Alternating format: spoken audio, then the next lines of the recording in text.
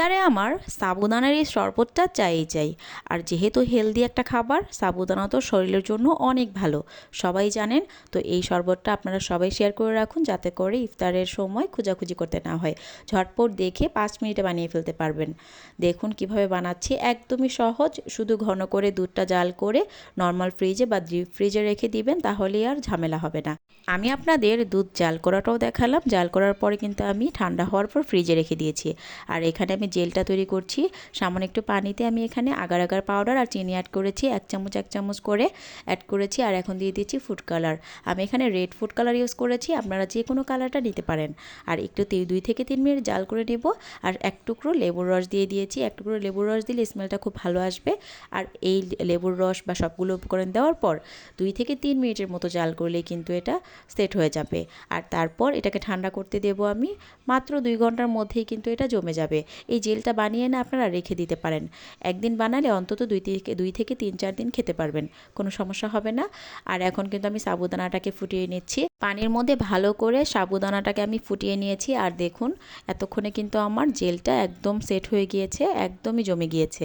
এখন আমি কেটে নিচ্ছি কিউব কিউব করে। এই জেলটার কারণে কিন্তু সাবুদানাটা দেখতে লোভনীয় লাগবে। এই শরবত কলিজা, মন প্রাণ সব ঠান্ডা করে দিবে।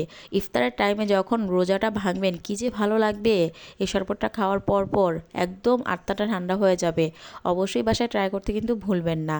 আর দেখুন জেলোটা কত সুন্দর হয়েছে, দেখতেই লোভনীয় লাগছে। ইচ্ছে করছে জেলেটা এমনিতেই খেয়ে নেই। যাই হোক, আমার তো এখানে শরবতটা রেডি করতে হবে। সাবুদানাটার ভিতরে একটু সাদা সাদা দেখা যাচ্ছে, তবে সমস্যা নেই, এটা হালকা একটু ছিল তো। একদম ফুটিয়ে ফেললে এটা দেখা যাবে যে আর ঝরঝরে থাকবে না, একদম লেগে যাবে।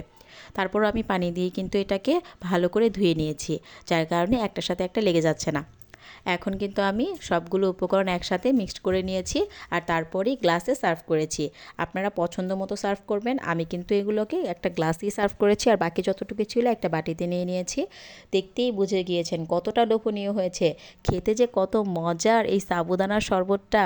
আমার বাসায় কিন্তু সবাই এই সাবুদানা শরবত দিয়েই তারা ইফতার খুলে সবাই খুব পছন্দ করে। আর হেলদি একটা খাবার বলে সবার কিন্তু প্রথম চয়েস এই সাবুদানার শরবত। লেবু শরবতের আগে কিন্তু এই সাবুদানার শরবতটা পছন্দ করে। বাচ্চা থেকে বড় বুড়ো সবাই কিন্তু পছন্দ করবে এই সাবুদানার শরবতটা। আপনারা কিন্তু এই রমজানে অবশ্যই বানাতে ভুলবেন না। আর বেশি বেশি করে শেয়ার করে রাখুন, খোঁজাখুঁজির কোনো ঝামেলা থাকবে না। সামনে রমজান চলে এসেছে, এই রমজান মাসে কিন্তু অবশ্যই বানাতে হবে। কেমন লেগেছে এই সাবুদানা শরবত অবশ্যই লাইক কমেন্ট করে জানাতে ভুলবেন না। আজ এই পর্যন্তই, সবাই অনেক বেশি ভালো থাকবেন। আল্লাহ হাফিজ।